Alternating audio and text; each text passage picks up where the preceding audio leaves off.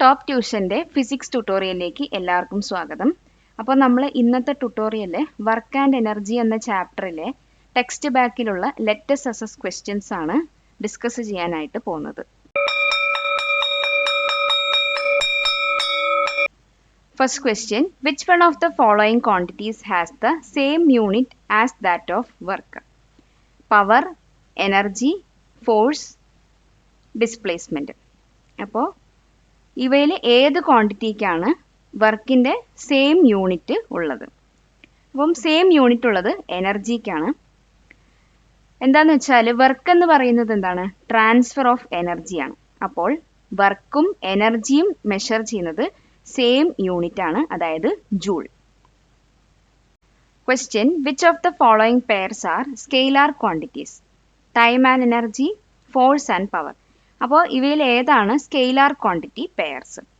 Scalar quantity എന്ന് പറഞ്ഞാൽ നമുക്കറിയാം മാഗ്നിറ്റ്യൂഡ് മാത്രമേ ഉണ്ടാവുള്ളൂ, ഡയറക്ഷൻ ഉണ്ടാവില്ല. അപ്പോൾ അങ്ങനെയുള്ളൊരു പെയറാണ് ടൈം ആൻഡ് എനർജി എന്ന് പറയുന്നത്. ഓക്കെ, അപ്പോൾ നമുക്കറിയാം സ്കെയിലാർ ക്വാണ്ടിറ്റീസ് എന്താണ്? മാഗ്നിറ്റ്യൂഡ് മാത്രമുള്ളതാണ്, ഡയറക്ഷൻ അവർക്ക് ഉണ്ടാവില്ല. വെക്റ്റർ ക്വാണ്ടിറ്റീസ് ആണെങ്കിലോ അവർക്ക് മാഗ്നിറ്റ്യൂഡും ഉണ്ടാവും, അതുപോലെ തന്നെ ഡയറക്ഷനും ഉണ്ടാവും. ഇവിടെ ഫോഴ്സ് ആൻഡ് പവർ എന്ന് പറയുന്നത് രണ്ടും വെക്റ്റർ ക്വാണ്ടിറ്റി ആണ്. Question, which of the following is the unit of power in terms of the fundamental units metre, kilogram and second? അപ്പം നമുക്കിവിടെ കുറച്ച് ഓപ്ഷൻസ് തന്നിട്ടുണ്ട്, 4 ഓപ്ഷൻസ് ആണ്. അപ്പോൾ ഇവയിൽ പവറിൻ്റെ യൂണിറ്റ് ഏതാണെന്നാണ് ചോദിച്ചിരിക്കുന്നത്. അപ്പോൾ പവറിൻ്റെ യൂണിറ്റ് എന്ന് പറയുന്നത് kg metre square by second cube എന്നാണ്. അപ്പോൾ നമ്മൾ എങ്ങനെയാണ് ഈ ഒരു യൂണിറ്റിലേക്ക് വന്നതെന്ന് വെച്ചാൽ നമുക്കറിയാം പവർ എന്ന് പറയുന്നത് എന്താണ്? Work done divide by time എന്നാണ്. അപ്പോൾ വർക്ക് ഡൺ എന്ന് പറഞ്ഞാൽ ഫോഴ്സ് ഇൻറ്റു ഡിസ്പ്ലേസ്മെൻറ്റും എന്നാണ്. അപ്പോൾ ഫോഴ്സ് നമുക്കറിയാം മാസ് ഇൻറ്റു ആക്സിലറേഷൻ. അപ്പോൾ മാസ് നമ്മൾ M, acceleration G, into work done എന്ന് പറഞ്ഞത് നമ്മൾ പറഞ്ഞു ഫോഴ്സ് ഇൻറ്റു ഡിസ്പ്ലേസ്മെൻ്റ് ആണ്. അപ്പോൾ ഡിസ്പ്ലേസ്മെൻറ്റ് എച്ച് എന്ന് പറഞ്ഞു, ഡിവൈഡ് ബൈ ടൈം. അപ്പോൾ മാസിൻ്റെ യൂണിറ്റ് എന്ന് പറയുന്നത് കിലോഗ്രാം ആണ്, ഇൻറ്റു ആക്സിലറേഷൻ എന്ന് പറയുമ്പോൾ metre per second square, into ഇവിടെ ഡിസ്പ്ലേസ്മെൻറ്റ് തന്നിട്ട് ഡിസ്പ്ലേസ്മെൻറ്റിൻ്റെ യൂണിറ്റ് എന്താണ്? മീറ്റർ ആണ്, ഡിവൈഡഡ് ബൈ ടൈം, ടൈമിൻ്റെ യൂണിറ്റ് എസ്. അപ്പോൾ അങ്ങനെ നമുക്ക് കിട്ടി kg metre square divided by second cube എന്ന്. Question, an object of mass 2.4 kg is kept on a level surface. On applying a force of 50 Newton, the object moves 8 meter in the direction of the force. Calculate the quantity of work done.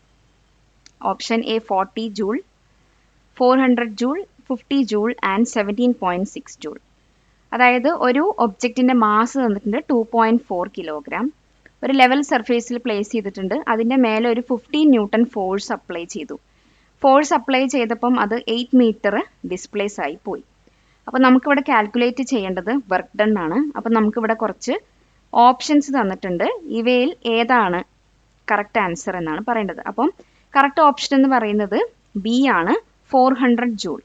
അപ്പോൾ എങ്ങനെയാണ് work done calculate ചെയ്യുന്നത് നോക്കാം. അതായത് നമുക്ക് given തന്നിരിക്കുന്നത് ഒബ്ജക്റ്റിൻ്റെ mass, force apply ചെയ്തിരിക്കുന്നത്, അത് എത്ര ഡിസ്റ്റൻസ്, അതായത് ഡിസ്പ്ലേസ് എത്രയായി എന്നുള്ളത് തന്നിട്ടുണ്ട്. അപ്പോൾ വർക്ക് ഡൺ എന്ന് പറയുന്നത് എന്താണ്? ഫോഴ്സ് ഇൻറ്റു ഡിസ്പ്ലേസ്മെൻ്റ് ആണ്. അപ്പോൾ ഇവിടെ നമുക്ക് ഫോഴ്സും ഡിസ്പ്ലേസ്മെൻറ്റും തന്നിട്ടുണ്ട് 50 ആൻഡ് 8. അപ്പോൾ ഫോഴ്സ് ഇൻറ്റു ഡിസ്പ്ലേസ്മെൻറ്റ് 50 ഇൻറ്റു 8 ചെയ്യുമ്പോൾ 400 ജൂൾ അല്ലെങ്കിൽ 400 ന്യൂട്ടൺ മീറ്റർ. ഇതാണ് വർക്ക് ഡൺ എന്ന് പറയുന്നത്. Question, the figure depicts a body of a mass 20 kg lifted to a height 5 meter using a pulley. If the work done is 1020 joule, answer the following question. G equal to 10 meter per second square. അതായത് നമുക്കിവിടെ ഒരു ബോഡിൻ്റെ mass തന്നിട്ടുണ്ട് 20 kg. ആ body അല്ലെങ്കിൽ ആ ഒബ്ജക്റ്റിനെ നമുക്ക് ഒരു 5 മീറ്റർ ഉയരത്തിലേക്ക് ലിഫ്റ്റ് ചെയ്യണം, ഒരു പുള്ളി യൂസ് ചെയ്തിട്ടാണ് അത് ചെയ്യുന്നത്. അപ്പം ഇവിടെ വർക്ക് ഡൺ നമുക്ക് തന്നിട്ടുണ്ട് 1020 ജൂൾ എന്ന്, അതുപോലെ തന്നെ ആക്സിലറേഷൻ ഡ്യൂ ടു ഗ്രാവിറ്റി ജിൻ്റെ വാല്യൂ 10 മീറ്റർ പെർ സെക്കൻഡ് എന്നും തന്നിട്ടുണ്ട്. അപ്പോൾ ക്വസ്റ്റ്യൻ എന്താന്ന് വെച്ചാൽ what is the work done here if the force of the friction of the pulley is not considered?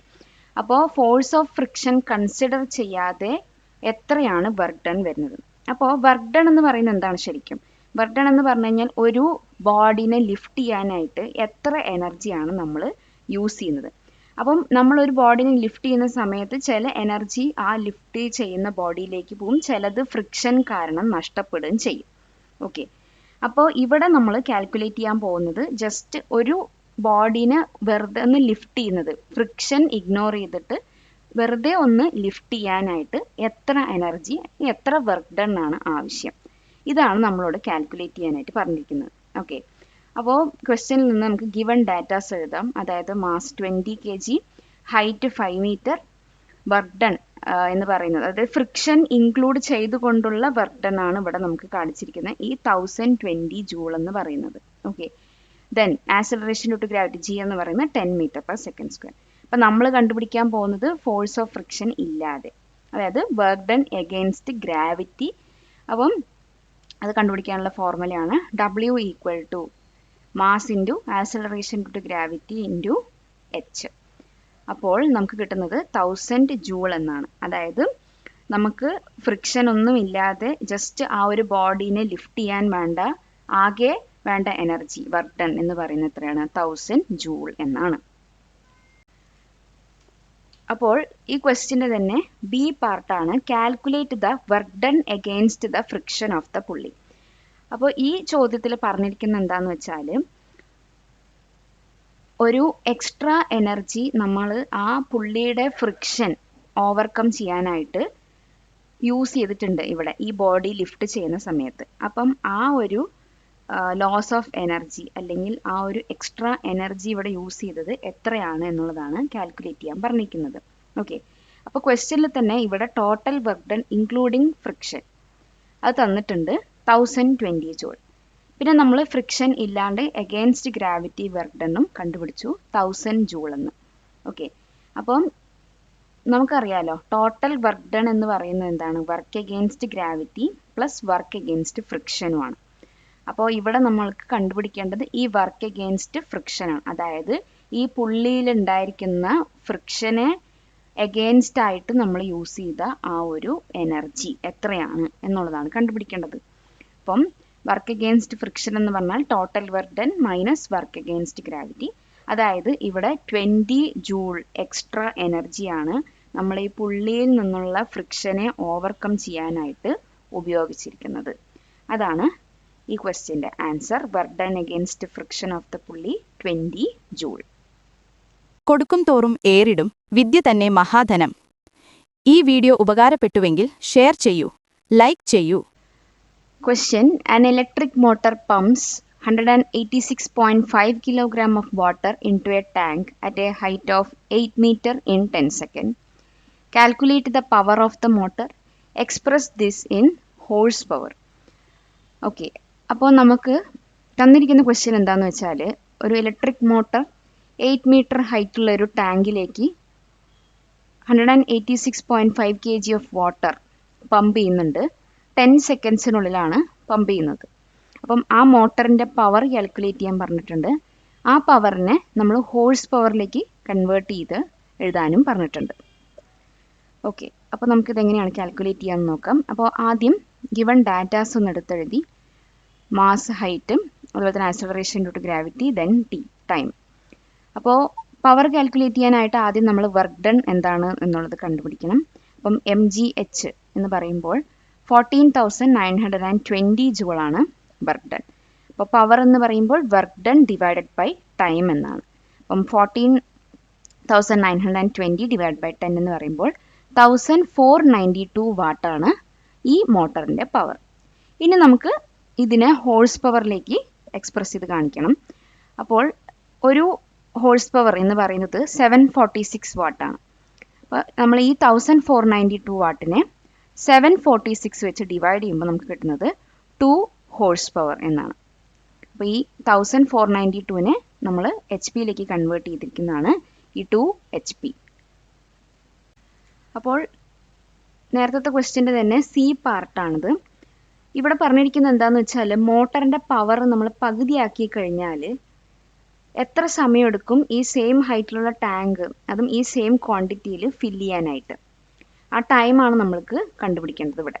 Okay, അപ്പോൾ മാസ് ഇവിടെ 186.5 ഹൈറ്റ് ഒന്നും മാറിയിട്ടില്ല 8 മീറ്റർ. ദെൻ പഴയ ടൈം ഒറിജിനൽ ടൈം എന്ന് പറയുന്നത് 10 സെക്കൻഡ്സ് ആണ്. പിന്നെ നമുക്ക് കണക്കാക്കേണ്ടത് പുതിയ ടൈമാണ്. അപ്പോൾ നമുക്ക് പവർ, വർക്ക് ഡൺ, ടൈം ഈ 3 കൺസെപ്റ്റ്സിൻ്റെയും റിലേഷൻഷിപ്പ് ഒന്ന് മനസ്സിലാക്കാം. പവർ എന്ന് പറയുന്നത് work done divided by time എന്നാണ് അല്ലേ. അപ്പോൾ വർക്ക് ഡൺ കണ്ടുപിടിക്കാനായിട്ട് നമുക്ക് എന്ത് ചെയ്താൽ മതി? പവർ ഇൻറ്റു ടൈം എന്ന് ചെയ്താലായിട്ട് മതിയാവും. അപ്പം ഇവിടെ ഒറിജിനൽ വർക്ക് ഡണ്ണിനെ ഞാനിവിടെ W1 എന്ന് റെപ്രസെൻറ്റ് ചെയ്തിട്ടുണ്ട്. അപ്പം ഒറിജിനൽ വർക്ക് ഡൺ കണ്ടുപിടിക്കാനായിട്ട് P1 അതായത് original power into T1 original time. ഇനി ഇതാണ് ന്യൂ വർക്ക് ഡൺ എന്ന് പറയുന്നത്. അതായത് ക്വസ്റ്റ്യനിൽ തന്നിട്ടുണ്ട് മോട്ടറിൻ്റെ പവർ ഹാഫ് ചെയ്ത് കഴിഞ്ഞാലുള്ള വർക്ക് ഡൺ ആണ് ഇവിടെ നമ്മൾ റെപ്രസെൻറ്റ് ചെയ്തിരിക്കുന്നത്. അപ്പം W2 equal to P2 into T2. ഇവിടെ P2 എന്ന് പറയുന്നത് ഒറിജിനൽ പവറിൻ്റെ ഹാഫ്, അതായത് P1 divide by 2 into T2. ഇതിനെയാണ് ഞാനിവിടെ P2 എന്ന് റെപ്രസെൻറ്റ് ചെയ്തിരിക്കുന്നത്. അപ്പം ഇത് നമ്മുടെ ന്യൂ വർക്ക് ഡണും ഇത് ഒറിജിനൽ വർക്ക് ഡണും ആണ്. അപ്പം ഈ ഒരു സിനേറിയോയിൽ ഇവിടെ ഹൈറ്റോ ആ മോട്ടർ പമ്പ് ചെയ്യുന്നതിൻ്റെ ക്വാണ്ടിറ്റി ഒന്നും മാറുന്നില്ല. ഇവിടെ ക്വസ്റ്റ്യനിൽ തന്നിട്ട് fill the same quantity of water എന്ന്. അപ്പം സെയിം ക്വാണ്ടിറ്റിയാണ്, സെയിം ഹൈറ്റ് ആണ്, രണ്ടിനും വ്യത്യാസം വരുന്നില്ല. അപ്പം ഇവിടെ വർക്ക് ഡൺ എന്ന് പറയുന്നതും സെയിം ആണ് രണ്ട് സിനേറിയോസിലും. നമുക്ക് ജസ്റ്റ് ടൈം മാത്രം കണ്ടുപിടിച്ചാലായിട്ട് മതിയാവും. അപ്പോൾ വർക്ക് ഡൺ സെയിം ആണല്ലോ. അപ്പം നമുക്ക് എങ്ങനെ എഴുതാം? W1 ഈക്വൽ ടു W2 എന്ന് എഴുതാം. Work done 1, work done 2. Okay, അപ്പോൾ ഇതിൽ വർക്ക് ഡൺ 1 എന്ന് പറഞ്ഞാൽ P1 T1 equal to work done 2 എന്ന് പറയുമ്പോൾ P1 ബൈ 2 ഇൻറ്റു T2. അങ്ങനെ വരുന്ന സമയത്ത് ഈ P1 നമ്മൾ ഇങ്ങോട്ട് ഷിഫ്റ്റ് ചെയ്യുമ്പോൾ ഇവിടെ ഒരു P1 ആൻഡ് ഇവിടെ ഒരു P1 ഇത് രണ്ടും ക്രോസ് ആയി പോവും. ഈ 2നെ ഇവിടെ മൾട്ടിപ്ലൈ ചെയ്യുമ്പോൾ 2 ഇൻറ്റു T1 ഈക്വൽ ടു ബാക്കി ഇവിടെ റിമൈനിങ് ആയിട്ടുള്ള T2.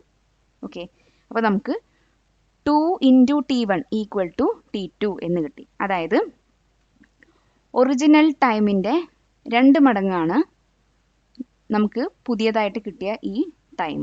അപ്പോൾ 2 ഇൻറ്റു T1 എന്ന് പറഞ്ഞാൽ 10 സെക്കൻഡാണ് നമ്മുടെ ഒറിജിനൽ ടൈം എന്ന് പറയുന്നത്. So 20 seconds. ഇവിടെ വർക്ക് ഡൺ സെയിം ആണ്, പക്ഷേ സമയം ഭയങ്കര കൂടുതലാണ്. ഒറിജിനലിനെക്കാളും ഡബിൾ ആണ് സമയം എടുക്കുന്നത്. Question: The mass of a body is 4 kg when a continuous force of 3 Newton is applied to this object towards the east. There is a displacement of 6 meter in the direction of the force. Then the same force 3 Newton is continuously applied towards the south and the displacement is 5 meter in the direction of this force. Calculate the work done when the object is moved towards south.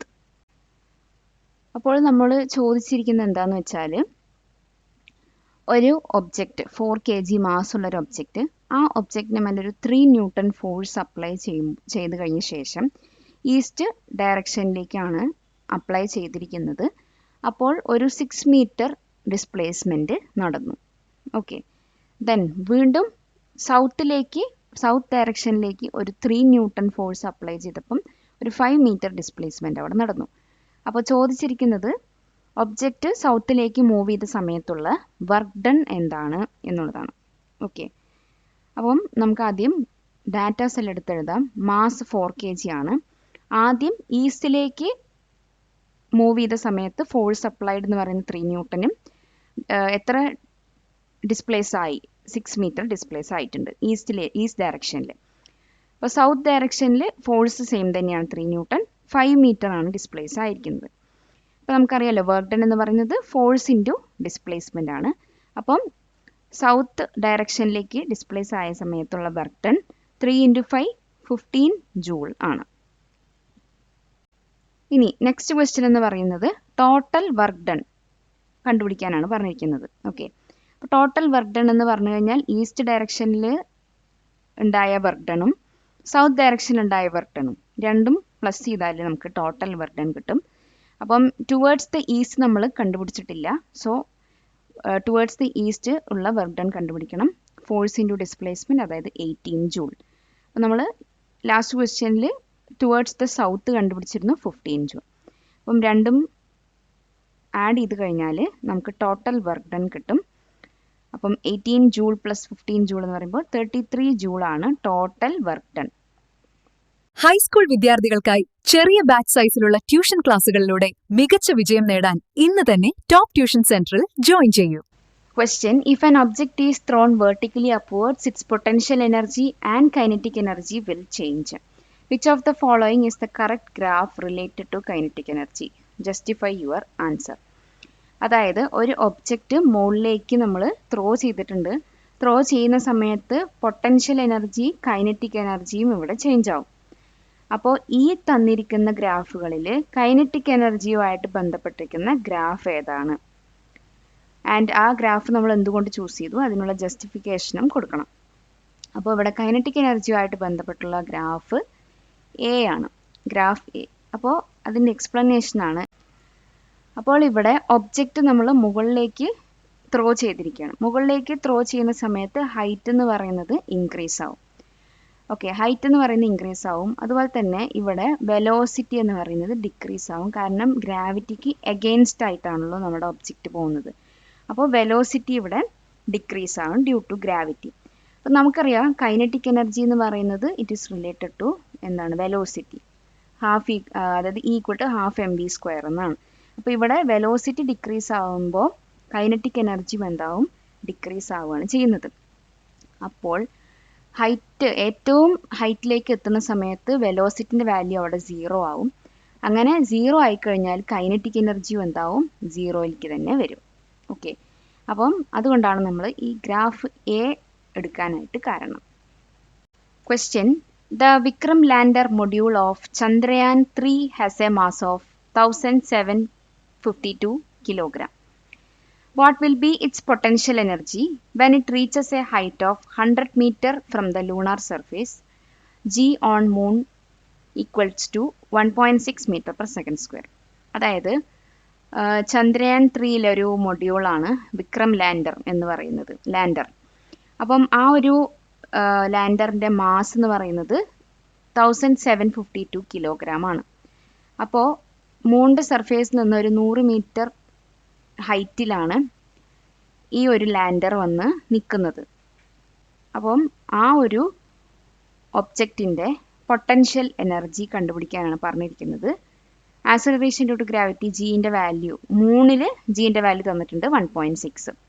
Okay, അപ്പോൾ നമുക്ക് potential energy എങ്ങനെയാണ് കണക്കാക്കുന്നത് നോക്കാം. ആദ്യം mass 1752, ജീൻ്റെ value 1.6, ഒരു 100 metre ഹൈറ്റിലാണ് അത് വന്ന് reach ചെയ്യുന്നത്. അപ്പോൾ പൊട്ടൻഷ്യൽ എനർജി ഓൺ മൂൺ എന്ന് പറഞ്ഞാൽ mass into acceleration due to gravity into height. അപ്പോൾ അങ്ങനെ ചെയ്യുന്ന സമയത്ത് 2,80,320 ജൂളാണ് ഈ ഒബ്ജക്റ്റിൻ്റെ പൊട്ടൻഷ്യൽ എനർജി. ഓക്കെ, അടുത്തൊരു ക്വസ്റ്റ്യൻ ആണ്. ഇതേ ലാൻഡർ തന്നെ എർത്ത് സർഫേസിൽ വന്ന് ലൊക്കേറ്റ് ചെയ്യുകയാണെന്നുണ്ടെങ്കിൽ എന്തായിരിക്കും ആ ഒരു ഒബ്ജക്റ്റിൻ്റെ പൊട്ടൻഷ്യൽ എനർജി? ഓക്കെ, അപ്പം എർത്തിൽ വരുമ്പോൾ ഇവിടെ ആക്സലറേഷൻ ടു ഗ്രാവിറ്റിക്ക് മാറ്റം വരുന്നുണ്ട്. 10 meter per second square ആണ്. അപ്പോൾ വരുന്ന പൊട്ടൻഷ്യൽ എനർജി 17,52,000 ജൂളാണ് വരുന്നത്. Question: A person of mass 80 kg is standing on A suspended platform of mass 170 kilogram to paint the outer wall of a flat. The quantity of work done by the motor to raise him and the platform to this weight is 150 kilojoule. How high is the platform? G equal to 10 meter per second square. അതായത് ഒരു ആൾ ഒരു പ്ലാറ്റ്ഫോമിൻ്റെ മുകളിൽ നിൽക്കുന്നുണ്ട്. ഈ പ്ലാറ്റ്ഫോമും അയാളിനെയും lift ചെയ്യാനായിട്ട് ഒരു മോട്ടറും കൂടി ഉണ്ട്. ഒരു പുള്ളി പോലെയാണ് അത് വർക്ക് ചെയ്യുന്നത്. അപ്പം ഈ ആളുടെ വെയിറ്റ് എന്ന് പറയുന്നത് 80 കിലോഗ്രാമും ആ പ്ലാറ്റ്ഫോമിൻ്റെ വെയിറ്റ് 170 കിലോഗ്രാമുമാണ്. അപ്പം ആ മോട്ടറിൻ്റെ വർക്ക് ഡൺ എന്ന് പറയുന്നത് 150 കിലോ ജൂളുമാണ്. നമുക്ക് കണ്ടുപിടിക്കേണ്ടത് ആ പ്ലാറ്റ്ഫോമിൽ നിന്നുള്ള, അതായത് ആ പ്ലാറ്റ്ഫോമിൽ നിന്നുള്ള ഹൈറ്റ്, അതാണ് കണ്ടുപിടിക്കേണ്ടത്. ജീൻ്റെ വാല്യൂ ഇവിടെ തന്നിട്ടുണ്ട്. ഓക്കെ, അപ്പോൾ നമുക്കിത് എങ്ങനെയാണ് കാൽക്കുലേറ്റ് ചെയ്യാമെന്ന് നോക്കാം. പേഴ്സൻ്റെ മാസ് തന്നിട്ടുണ്ട് 80, പ്ലാറ്റ്ഫോമിൻ്റെ മാസ് തന്നിട്ടുണ്ട് 170 കിലോ. അപ്പോൾ ഇത് രണ്ടും കൂടിയുള്ള മൊത്തത്തിലുള്ള ടോട്ടൽ മാസ് എന്ന് പറയുന്നത് 250 kg ആണ്. ഓക്കെ, അപ്പോൾ നമുക്ക് അവർ പറഞ്ഞിട്ടുണ്ട് മോട്ടറിൻ്റെ വർക്ക് ഡൺ എന്ന് പറഞ്ഞിരിക്കുന്നത് 150 കിലോ ജൂളിലാണ്. അപ്പോൾ നമുക്കത് ജൂളിലോട്ട് കൺവേർട്ട് ചെയ്യണം. അപ്പോൾ 1,50,000 ജൂൾ. ഓക്കെ, അപ്പോൾ നമുക്കറിയാം വർക്ക് ഡൺ എന്ന് പറയുന്നത് mgh ആണ്. ഇവിടെ ആ ഒരു ഹൈറ്റ് ആണ് കണ്ടുപിടിക്കേണ്ടത്. അപ്പോൾ ഹൈറ്റ് കണ്ടുപിടിക്കാനായിട്ട് work done divided by mass into acceleration due to gravity. അപ്പോൾ ആ പ്ലാറ്റ്ഫോമിൻ്റെ ഹൈറ്റ് എന്ന് പറയുന്നത് 60 മീറ്റർ ആണ്. Question: The figure shows two cars of the same mass and a lorry of double the mass moving along a straight line. Question: Will the kinetic energy of both the cars be the same? Justify your answer. അതായത് രണ്ട് cars നിങ്ങൾ കാണുന്നുണ്ട്, അതിൻ്റെ മാസിന് double മാസുള്ള ഒരു ലോറിയും ഇവിടെ കാണിച്ചിട്ടുണ്ട്. അപ്പോൾ ഇതിൽ രണ്ട് കാറുകൾ കാണിച്ചിട്ടുണ്ടല്ലോ, അപ്പോൾ ആ രണ്ട് കാറുകളുടെയും കൈനറ്റിക് എനർജി സെയിം ആയിരിക്കും എന്നുള്ളതാണ് ചോദ്യം. അപ്പോൾ എന്തായാലും കൈനറ്റിക് എനർജി സെയിം ആയിരിക്കില്ല. കാരണം എന്താണെന്ന് വെച്ചാൽ നമുക്കറിയാം കൈനറ്റിക് എനർജി എന്ന് പറയുന്നത് ½ mv² ആണ്. അപ്പോൾ ഇവിടെ വെലോസിറ്റി ആൻഡ് കൈനറ്റിക് എനർജി രണ്ടും ഡിപ്പെൻഡൻ്റ് ആണ്. അപ്പോൾ മാസ് സെയിം ആയെങ്കിൽ കൂടി അവരുടെ രണ്ടാളുടെയും വെലോസിറ്റീസ് ഇവിടെ ഡിഫറൻ്റ് ആണ്. സോ കൈനറ്റിക് എനർജി എന്ന് പറയുന്നത് ഒരു ഒബ്ജക്റ്റിൻ്റെ സ്പീഡിൻ്റെ സ്ക്വയറോ ആയിട്ട് ഡിപ്പെൻഡൻ്റ് ആണ്. അപ്പോൾ ഏത് ഒബ്ജക്റ്റ് ആണോ ഫാസ്റ്റായിട്ട് മൂവ് ചെയ്യുന്നത് ആ ഒബ്ജക്റ്റിന് കൂടുതൽ കൈനറ്റിക് എനർജി ഉണ്ടാകും. അപ്പോൾ നേരത്തെ ക്വസ്റ്റ്യൻ തന്നെ പാർട്ട് ബി ആണ്. Is the kinetic energy of the lorry and the car in front the same by. അതായത് ലോറിൻ്റെയും ഈ കാറിൻ്റെയും കൈനറ്റിക് എനർജി സെയിം ആയിരിക്കും എന്നുള്ളതാണ് ചോദ്യം. ആൻഡ് എന്തുകൊണ്ടാണ് സെയിം അല്ലാത്തത്, ആണെങ്കിൽ എന്തുകൊണ്ടാണ്? ഓക്കെ, അപ്പോൾ ലോറിൻ്റെയും കാറിൻ്റെയും കൈനറ്റിക് എനർജി സെയിം ആയിരിക്കില്ല. കാരണം എന്താണെന്ന് വെച്ചാൽ ഈ കൈനറ്റിക് എനർജി എന്ന് പറയുന്നത് മാസ് വെലോസിറ്റിയും ആയിട്ട് ഡിപ്പെൻഡൻ്റ് ആണ്. അപ്പോൾ ഇതിൽ രണ്ട് പേരുടെയും വെലോസിറ്റീസ് സെയിം ആണെങ്കിലും മാസിന് ഡിഫറൻസ് ഉണ്ട്. അപ്പോൾ മാസിന് ഡിഫറൻസ് വരുമ്പോഴും കൈനറ്റിക് എനർജി ഡിഫറൻ്റ് ആകും. അപ്പോൾ ഈ രണ്ട് ക്വസ്റ്റ്യനിലൂടെ നമ്മൾ ഒബ്സർവ് ചെയ്യുന്നത് എന്താണ്, നമ്മൾ മനസ്സിലാക്കേണ്ടത് എന്താണെന്ന് വെച്ചാൽ രണ്ട് ഒബ്ജക്ട്സിൻ്റെയും മാസസ് സെയിം ആണ്, പക്ഷേ വെലോസിറ്റീസ് ഡിഫറൻ്റ് ആവുന്ന സമയത്ത് ഏത് ഒബ്ജക്റ്റിനാണോ വെലോസിറ്റി കൂടുതൽ അവർക്കായിരിക്കും കൂടുതൽ കൈനറ്റിക് എനർജി. ഇനി രണ്ടാമത്തെ ക്വസ്റ്റ്യനിലേക്ക് വരുമ്പോൾ വെലോസിറ്റീസ് ഇവിടെ സെയിം ആണ്, പക്ഷേ മാസസ് രണ്ടും തമ്മിൽ വ്യത്യാസമുണ്ട്. അപ്പം ഏത് ഒബ്ജക്റ്റിനാണോ മാസ് കൂടുതലുള്ളത് അവരുടെക്കായിരിക്കും കൂടുതൽ കൈനറ്റിക് എനർജി ഉണ്ടാകുന്നത്. അപ്പം ഇതാണ് നമ്മൾ മനസ്സിലാക്കേണ്ടത്. കാരണം മാസ് വെലോസിറ്റി എന്ന് പറയുന്നത് it is directly proportional to kinetic എനർജിയാണ്. അപ്പോൾ ഇതിൽ ഏത് വേരിയബിൾ, അതായത് ഏത് വേരിയബിൾ ആണോ കൂടുതൽ, മാസ് അല്ലെങ്കിൽ വെലോസിറ്റി ഏതാണോ കൂടുതൽ അതിനനുസരിച്ചിട്ടായിരിക്കും ഇവിടെ ഉണ്ടാവുന്ന കൈനറ്റിക് എനർജി എന്ന് പറയുന്നത്.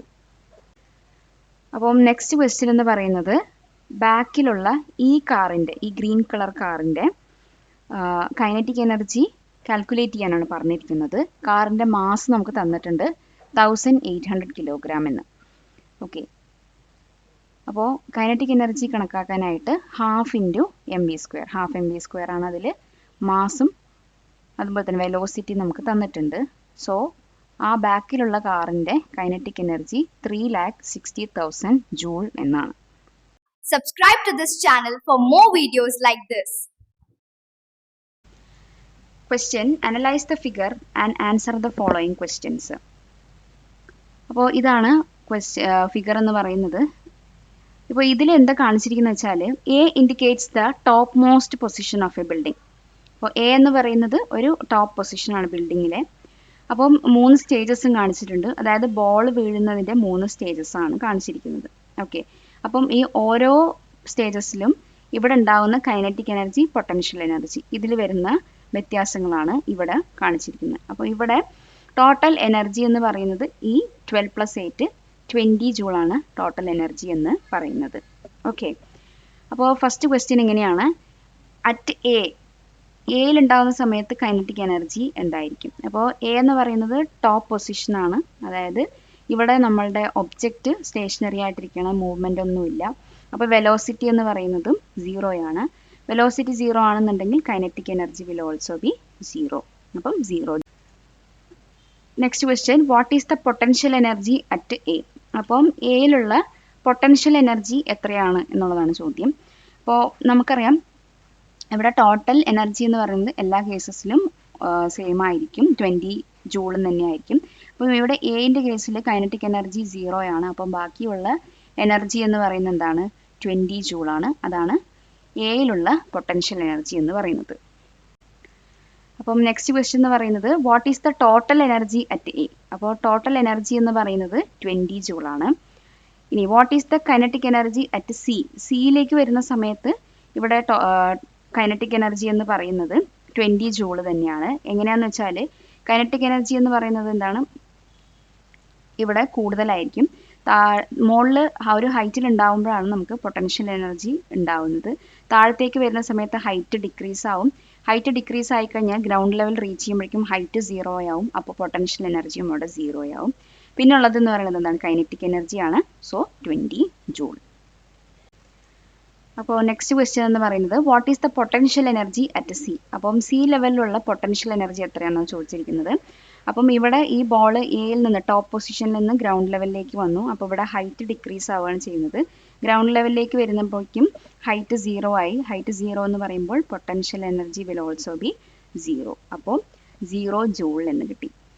നെക്സ്റ്റ് ക്വസ്റ്റ്യൻ എന്ന് പറയുന്നത് ടോട്ടൽ എനർജി അറ്റ് സി. സിയിലുള്ള ടോട്ടൽ എനർജി എത്രയാണെന്നുള്ളതാണ്. അപ്പോൾ നമ്മളിവിടെ പറഞ്ഞു പൊട്ടൻഷ്യൽ എനർജി ഇവിടെ 0 ആയിരിക്കുകയാണ്, കാരണം ഹൈറ്റ് ഡിക്രീസ് ആയി വന്നു. ഇവിടെ താഴത്തേക്ക് വരുന്ന സമയത്ത് വെലോസിറ്റി വിൽ ബി ഇൻക്രീസിങ്. അപ്പോൾ വെലോസിറ്റി ഇൻക്രീസ് ആകുമ്പോഴും അവിടെ കൈനറ്റിക് എനർജി ഉണ്ട്. സോ കൈനറ്റിക് എനർജീൻ്റെ വാല്യൂ എന്ന് പറയുമ്പോൾ ഇവിടെ 20 ജൂളാണ്. അതാണ് total energy at C. Question what change in energy has taken place as the ball falls? അപ്പോൾ നമ്മൾ കണ്ടു ഓരോ ലെവൽസിലും എനർജി ചേഞ്ചസ് ഉണ്ടാകുന്നത്. അപ്പം ആ ഓരോ എനർജി ചേഞ്ചസും ഡിസ്ക്രൈബ് ചെയ്ത് എഴുതാനാണ് പറഞ്ഞിരിക്കുന്നത്. അപ്പോൾ ബോൾ താഴത്തേക്ക് വീഴുന്ന സമയത്ത് ഇവിടെ പൊട്ടൻഷ്യൽ എനർജി ഡിക്രീസ് ആവുകയാണ് ചെയ്യുന്നത്. എങ്ങനെയാണ് പൊട്ടൻഷ്യൽ എനർജി ഡിക്രീസ് ആവുമെന്ന് വെച്ചാൽ ഹൈറ്റ് ഡിക്രീസ് ആവുമ്പോൾ potential energy will also be decreasing. അപ്പം വീഴുന്ന സമയത്ത് കൈനറ്റിക് എനർജി ഇവിടെ ഇൻക്രീസ് ആവുകയാണ് ചെയ്യുന്നത്, കാരണം ഇവിടെ ആക്സലറേഷൻ ഡ്യൂ ടു ഗ്രാവിറ്റി ഉള്ളത് കൊണ്ടാണ്. അപ്പം ആക്സലറേഷൻ പറയുമ്പോൾ വെലോസിറ്റി ഇവിടെ ഇൻക്രീസ് ആവുകയാണ്. വെലോസിറ്റി ഇൻക്രീസ് ആവുമ്പോൾ നാച്ചുറലായിട്ട് കൈനറ്റിക് എനർജിയും ഇൻക്രീസ് ആവും.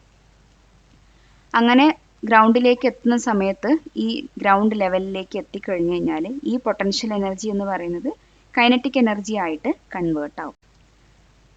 അപ്പോൾ എല്ലാ പോയിന്റിലും ടോട്ടൽ മെക്കാനിക്കൽ എനർജി എന്ന് പറയുന്നത്, അതായത് potential energy plus kinetic energy constant ആയിട്ട് തന്നെ നിന്നു.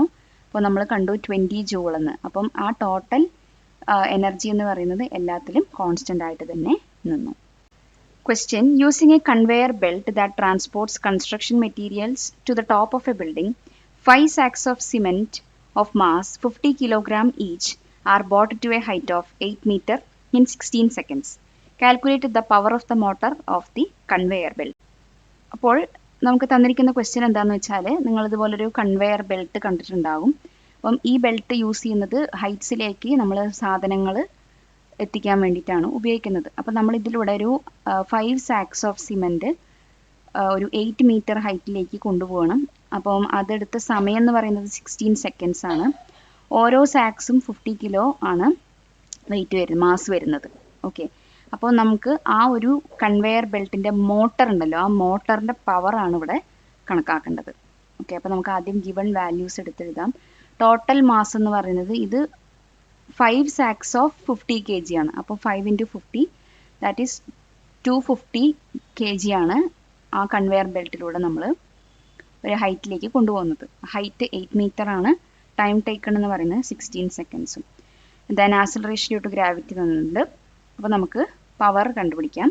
അപ്പോൾ പവർ കണ്ടുപിടിക്കാനായിട്ട് work done divide by time. അപ്പോൾ ഇവിടെ വർക്ക് ഡൺ എന്ന് പറയുന്നതാണ് mgh/t. അപ്പോൾ 5 × 50 × 10 × 8/16 എന്ന് പറയുമ്പോൾ 1250 വാട്ടാണ് ആ മോട്ടറിൻ്റെ പവർ എന്ന് പറയുന്നത്. Question: Babu and Raju have brought the materials for house construction to the top of a 15-meter tall building. The details are given below. അതായത് ഒരു 15 മീറ്റർ ഉയരമുള്ള ഒരു ബിൽഡിങ്ങിൻ്റെ മുകളിലേക്ക് ഹൗസ് കൺസ്ട്രക്ഷനായിട്ട് ആവശ്യമായിട്ടുള്ള മെറ്റീരിയൽസ് ആണ് ഇവർ കൊണ്ടുവന്നിരിക്കുന്നത്, അത്രയും ഹൈറ്റിലേക്ക് കൊണ്ടുപോകാൻ. അപ്പം ആ മെറ്റീരിയൽസിൻ്റെ വെയിറ്റും ആ മെറ്റീരിയൽസ് അത്രയും ഹൈറ്റിലെത്താനുള്ള സമയവുമാണ് ഇവിടെ നമുക്ക് തന്നിരിക്കുന്ന ഈ ടേബിൾ. അപ്പോൾ ക്വസ്റ്റ്യൻ എന്താണെന്ന് വെച്ചാൽ find out who did more work. അപ്പം ആരാണ് കൂടുതൽ വർക്ക് ചെയ്തതെന്നുള്ളതാണ് നമ്മളോട് കണ്ടുപിടിക്കാൻ പറഞ്ഞിരിക്കുന്നത്. ഓക്കെ, അപ്പോൾ ഇവിടെ തന്നിരിക്കുന്ന ഗിവൺ ഡാറ്റ ഹൈറ്റ് 15 മീറ്റർ ആണ്. പിന്നെ വെയിറ്റും അതുപോലെ തന്നെ ടൈം ടേക്കണും തന്നിട്ടുണ്ട്. അപ്പോൾ ഇവിടെ ബാബുവിൻ്റെ വർക്ക് ഡൺ ആണ് നമ്മൾ ആദ്യം കണ്ടുപിടിക്കുന്നത്. അപ്പോൾ ഫോഴ്സ് ഇൻറ്റു ഡിസ്പ്ലേസ്മെൻറ്റ്, ഇവിടെ നമ്മൾ ഫോഴ്സ് എന്ന് പറയുന്നതിനെ ഈ 600 ന്യൂട്ടൺ ആണ് എടുത്തിരിക്കുന്നത്. എന്തുകൊണ്ട് ഇവിടെ വെയിറ്റിന് നമ്മൾ ഫോഴ്സ് ആക്കിയിട്ട് എടുത്തു എന്ന് വെച്ചാൽ, ഒരു സാധനം നമ്മൾ വെർട്ടിക്കലി ലിഫ്റ്റ് ചെയ്യുന്ന സമയത്ത് അവിടെ ആക്സിലറേഷൻ ഒന്നും ഉണ്ടാവില്ല. അപ്പോൾ വെർട്ടിക്കലി ലിഫ്റ്റ് ചെയ്യുന്ന സമയത്ത് അതിൽ ആ ഒബ്ജക്റ്റിന് മേലെ അപ്ലൈ ചെയ്യാൻ പോകുന്ന ഫോഴ്സ് എന്ന് പറയുന്നത് എന്തായിരിക്കും? ആ ഒബ്ജക്റ്റിൻ്റെ വെയിറ്റിന് ഈക്വൽ ആയിട്ടുള്ള ഒരു ഫോഴ്സ് ആയിരിക്കും നമുക്ക് ഗ്രാവിറ്റി ബാലൻസ് ചെയ്യാൻ വേണ്ടിയിട്ട്. സോ ഇവിടെ നമ്മൾ അതുകൊണ്ടാണ് ഫോഴ്സ് എന്ന് പറഞ്ഞാൽ അവിടെ 600 ന്യൂട്ടൺ എന്ന് എടുത്തിരിക്കുന്നത്. ഇൻറ്റു തന്നിട്ടുണ്ട് ഹൈറ്റ് 15 മീറ്റർ. അപ്പോൾ നമുക്ക് കിട്ടി 9000 ജൂൾ. ഇതാണ് വർക്ക് ഡൺ ബൈ ബാബു. ഇനി വർക്ക് ഡൺ ബൈ രാജു എന്ന് പറയുമ്പോൾ 400 ഇൻറ്റു 15 ദാറ്റ് ഈസ് 6000 ജൂൾ. അപ്പം ഏറ്റവും കൂടുതൽ വർക്ക് ചെയ്തിരിക്കുന്നത് ബാബു ആണ്. അപ്പോൾ അടുത്ത question, if it is said that Babu has more power will you agree with it? Explain. അതായത് ബാബുവിനാണ് കൂടുതൽ പവർ എന്ന് പറഞ്ഞു കഴിഞ്ഞാൽ എഗ്രി ചെയ്യാനായിട്ട് സാധിക്കുമോ എന്നുള്ളതാണ്. അപ്പോൾ നമുക്ക് ബാബുവിൻ്റെയും അതുപോലെ തന്നെ രാജുവിൻ്റെയും പവർ ഒന്ന് കാൽക്കുലേറ്റ് ചെയ്ത് നമുക്ക് കണ്ടുപിടിക്കാം. അപ്പോൾ power of Babu work done divide by time equal to 9000 divide by 300. അപ്പോൾ നമുക്ക് കിട്ടി 30 വാട്ട് എന്ന്. ദെൻ രാജുവിൻ്റെ വർക്ക് ഡൺ കണ്ടുപിടിക്കുമ്പോഴും നമുക്ക് കിട്ടി 6000 ഡിവൈഡ് ബൈ 200 30 വാട്ട് എന്ന്. അപ്പോൾ നമുക്ക് ഈ ക്വസ്റ്റ്യന് എഗ്രി ചെയ്യാനായിട്ട് പറ്റില്ല, കാരണം രണ്ടുപേരുടെയും പവർ നമുക്ക് കിട്ടിയിരിക്കുന്നത് 30 വാട്ട് തന്നെയാണ്. Question, observe the graph between the force and displacement of A body. അപ്പോൾ ഒരു ബോഡിയുടെ ഫോഴ്സ് ഡിസ്പ്ലേസ്മെൻറ്റിൻ്റെ ഗ്രാഫ് തന്നിട്ടുണ്ട്. അപ്പം ഇത് വെച്ചിട്ടാണ് നമ്മൾ ക്വസ്റ്റ്യൻസ് ആൻസർ ചെയ്യാനായിട്ട് പോകുന്നത്. അപ്പം ഈ ഗ്രാഫിൽ നിന്ന് ആ ഒബ്ജക്റ്റിൻ്റെ മേലെയുള്ള ഫോഴ്സ് എത്രയാണ് എന്നുള്ളതാണ് കണ്ടുപിടിക്കാൻ പറഞ്ഞിരിക്കുന്നത്. അപ്പം ഫോഴ്സ് ഇവിടെ കാണിച്ചിട്ടുണ്ട് 6 എന്ന്. അപ്പം 6 ന്യൂട്ടൺ ആണ് ഈ ഒബ്ജക്റ്റിൻ്റെ ഫോഴ്സ് എന്ന് പറയുന്നത്. ദെൻ ഇതിൽ നിന്ന് മാക്സിമം ഡിസ്പ്ലേസ്മെൻറ്റ്, അപ്പം ഇവിടെ ഡിസ്പ്ലേസ്മെൻ്റ് ഉണ്ട്. ഈ ബോഡി മാക്സിമം ഡിസ്പ്ലേസ് ആയത് ഇവിടെയാണ് 0.4 എന്ന് പറയുന്ന സ്ഥലത്ത്. അപ്പോൾ 0.4 മീറ്റർ ആണ് ഡിസ്പ്ലേസ്മെൻറ്റ്. അപ്പോൾ നെക്സ്റ്റ് ക്വസ്റ്റ്യൻ എന്ന് പറയുന്നത് ഫോഴ്സ് അതുപോലെ തന്നെ ഡിസ്പ്ലേസ്മെൻറ്റ് നമ്മൾ കഴിഞ്ഞ 2 ക്വസ്റ്റ്യൻസിലും സോൾവ് ചെയ്ത് കണ്ടുപിടിച്ചു. ദെൻ അതിൻ്റെ വർക്ക് ഡൺ കണക്കാക്കാനാണ് പറഞ്ഞിരിക്കുന്നത്. എന്നിട്ട് ഇവിടെ തന്നിരിക്കുന്ന ഈ ഗ്രാഫിലെ ഏരിയ, ഈ ഗ്രാഫിൻ്റെ ഈ ഏരിയയും നമ്മൾ കണ്ടുപിടിച്ച ആ വർക്ക് ഡണ്ണും ഈക്വൽ ആണോ എന്നാണ് ക്വസ്റ്റ്യനിലേക്ക് ചോദിച്ചിരിക്കുന്നത്. അപ്പോൾ നമുക്ക് ആദ്യം വർക്ക് ഡൺ കണ്ടുപിടിക്കാം. വർക്ക് ഡൺ കണ്ടുപിടിക്കാനായിട്ട് ഫോഴ്സ് ഇൻറ്റു ഡിസ്പ്ലേസ്മെൻറ്റ്, അതായത് 2.4 ജൂളാണ് നമുക്ക് കിട്ടിയിരിക്കുന്ന വർക്ക് ഡൺ. അപ്പോൾ നമ്മൾ വർക്ക് ഡൺ കണ്ടുപിടിച്ചു. ഇനി നമ്മളോട് പറഞ്ഞിരിക്കുന്നത് ഈ ഏരിയ അണ്ടർ ദ ഗ്രാഫ്, ഈ ഗ്രാഫിൻ്റെ അടിയിലുള്ള ഈ ഒരു പോർഷൻ എന്ന് പറയുന്നതും നമ്മളിപ്പോൾ കണ്ടുപിടിച്ച വർക്ക് ഡൺ എന്ന് പറയുന്നതും ഈക്വൽ ആണോ എന്നുള്ളത് ചെക്ക് ചെയ്യാനാണ് പറഞ്ഞിരിക്കുന്നത്. അപ്പോൾ ഈ ഒരു ഗ്രാഫിൽ നമുക്ക് കിട്ടുന്നത് എന്താണെന്ന് വെച്ചാൽ, അതായത് കോൺസ്റ്റൻ്റ് ആയിട്ട് നമ്മളിങ്ങനെ ഒരു ഫോഴ്സ് അപ്ലൈ ചെയ്യുന്നുണ്ട്. അപ്പം ഈ 6 ന്യൂട്ടൺ ഫോഴ്സിൽ ഇവിടെ ഡിസ്പ്ലേസ്മെൻറ്റിനാണ് വേരിയേഷൻ വന്നിരിക്കുന്നത്. അതും മാക്സിമത്തിൽ എത്തിയിട്ടുണ്ട് 0.4. അപ്പോൾ ഈ ഒരു ഏരിയ ആണ് ഇവിടെ കണക്കാക്കാനായിട്ട് പറഞ്ഞിരിക്കുന്നത്. അപ്പം ഈ ഒരു ഏരിയ എന്ന് പറയുമ്പോൾ നിങ്ങൾക്ക് ഇവിടെ കാണുമ്പോൾ തന്നെ മനസ്സിലാവും ഇതൊരു റെക്റ്റാങ്കുലർ ഏരിയ ആണ്. അപ്പോൾ ഈ റെക്റ്റാങ്കിളുടെ ഏരിയ കണ്ടുപിടിച്ച് കഴിഞ്ഞാൽ നമ്മൾ ഈ കണ്ടുപിടിച്ചിരിക്കുന്ന വർക്ക് ഡൺ തന്നെ കിട്ടുമോ എന്നുള്ളത് നമുക്ക് നോക്കാം. അപ്പോൾ work done under the area എന്ന് പറയുന്നത് ഇതൊരു റെക്റ്റാങ്കിൾ ആണല്ലോ. അപ്പോൾ റെക്റ്റാങ്കിളുടെ ഏരിയ കാണാനായിട്ട് നമ്മൾ എന്ത് ചെയ്യും? L ഇൻറ്റു ബി എന്ന് ചെയ്തു. അപ്പം ഇവിടെ L എന്ന് പറയുന്നത് OA ആണ്, B എന്ന് ബ്രെത്ത് എന്ന് പറയുന്നത് OB ആണ്. അപ്പോൾ നമുക്ക് കിട്ടുന്ന ഏരിയ അണ്ടർ ദ ഗ്രാഫ് എന്ന് പറയുന്നത് 6 ഇൻറ്റു 0.4 ദാറ്റ് ഈസ് 2.4. അപ്പോൾ നമുക്ക് ഇവിടെ കിട്ടിയിരിക്കുന്ന ഏരിയ അണ്ടർ ദ ഗ്രാഫും വർക്ക് ഡൺ എന്ന് പറയുന്നതും ഈക്വൽ ആണ്. പാലക്കാട് നിവാസികളെ ഞങ്ങളുടെ ക്ലാസ് റൂം ട്യൂഷനിലേക്ക് സ്വാഗതം ചെയ്യുന്നു. മറ്റൊരു വീഡിയോയുമായി വീണ്ടും കാണാം.